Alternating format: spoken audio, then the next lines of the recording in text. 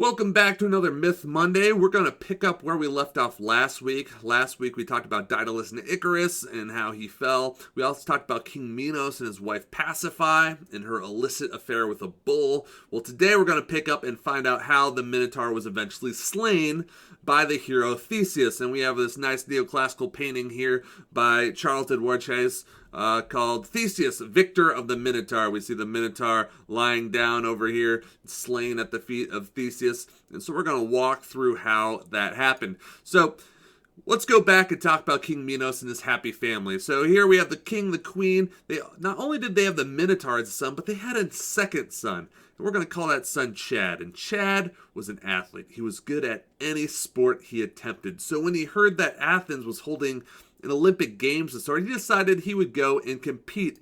And man, was he good. He was cleaning up. He was getting gold medals in every event, including curling. And all of the fellow competitors were super envious about Chad. So one night, as Chad was sleeping in his dorm, a fellow competitor snuck in and assassinated Chad. And that made the King Minos very angry, and he actually attacks the city of Athens and forces the king of Athens, King Aegeus, to surrender. And he imposes a terrible war, kind of a war tax on Athens. He makes them every 9 years send 7 boys and 7 girls to the island of Crete to be devoured by the Minotaur. All right, so every 9 years, poor Athens has to send 14 of their youths to their deaths. And King Aegeus, of course, wasn't too happy about that, so he'll be seeking someone that can cure him of this terrible remedy. Well, about the same time, too, our old King Aegeus, he didn't have any heirs, he didn't have any sons. And so, along with the whole Minotaur business, that was really bothering him. He had no one to leave his kingdom to. And so he goes to the Oracle of Delphi and he gets a really cryptic answer, something about wineskins and the destruction of Athens, and he can't quite make of what to do. So he goes to his buddy, his best friend, and asks him what all this means. And while he's over there talking to his friend, it turns out, he doesn't treat his host very nicely because, let's just say, King Aegeus impregnates his best friend's daughter, as well as Poseidon at the same time. I don't really want to go into how that happened. But anyways, so he gets his friend's daughter pregnant, and he knows he has to get out of town. His friend is probably going to be pretty unhappy with him. He's also married. He has a wife at home. So he kind of tells the daughter, listen, when your son grows up, if he can lift a mighty boulder, I'm going to put my sandals underneath it. If he can lift a mighty boulder and grab the sandals and bring them to me, I'll know he's my son and he'll be worthy to be my heir.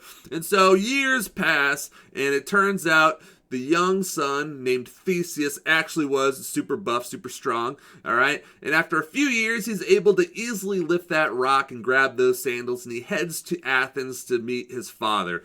And they have a really joyous embrace as King Aegeus realizes that that's his son. They get to chatting, and almost immediately, King Aegeus says, listen, I have this real big problem. I'm having a bunch of my kids getting eaten by a bull man every 9 years, and I need someone strong to help end this. Would you be willing, I know I just met you, I know we've only just got reunited, but would you be willing to sail across the ocean to Crete and kill a half man, half bull that lives in a confusing maze beneath a palace?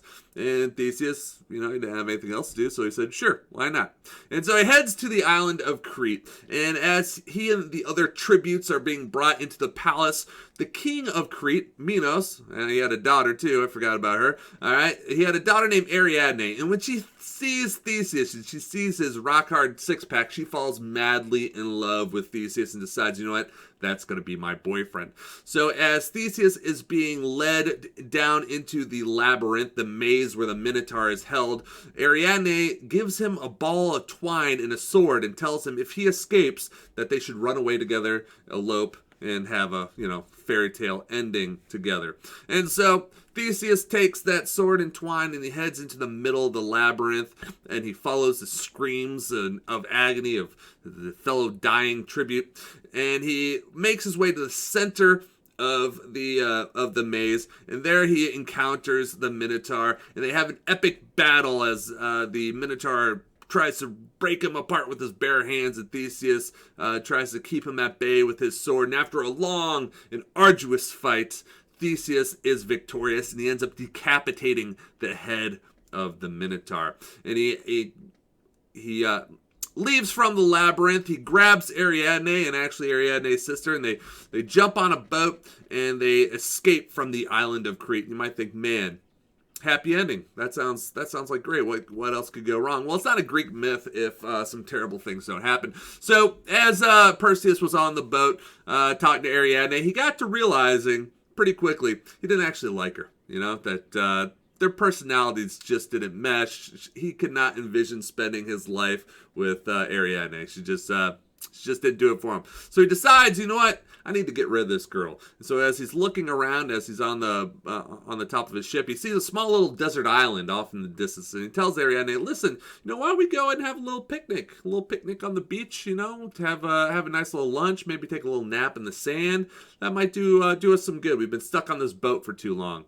And so they get off the boat. They have a nice little picnic. And sure enough, as the midday sun rises, they fall asleep in the sand.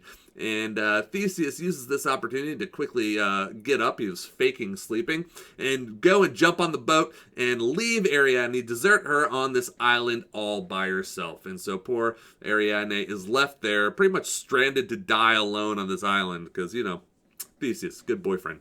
But don't worry about her, because apparently Bacchus, Dionysus, the god of wine, was also partying on this island, and he sees this distressed girl, and he decides to go in for the rebound, and, he makes her a goddess. So, I think Ariadne wins out. But anyways, as Theseus is sailing home, he forgot that his father had given him a command. His father said, "Listen, all right, if you are able to actually kill the Minotaur as you're sailing back, please put up a white sail so I'll know you're okay. If you've died, order your captain to put up a black sail so that I'll know to expect your death." And so as Theseus is sailing back, he forgets about this little conversation he had with his dad, and so he sailed the black sail without thinking that his dad would think he would be dead as he entered the port of Athens. And poor King Aegeus, who had been perched atop a cliff near the harbor of Athens for weeks waiting for his son's return, sees the boat coming and sees the black sail and believes that his son is dead. And so as Theseus enters the harbor, he looks up on the cliffs and he sees his dad. He starts waving at him, but he realizes that his dad doesn't quite see him, and he also realizes his dad is falling quickly to him. And poor Aegeus kills himself by hurling himself off a cliff, thinking that his son had died. So Theseus gets, some karma for what he did to Ariadne. But anyways, Theseus will return to the city, become king of Athens, and reign for a long time. So I guess moral of the story is you can be pretty awful and still become a king. So, it's nice. All right, I'll see you guys next week.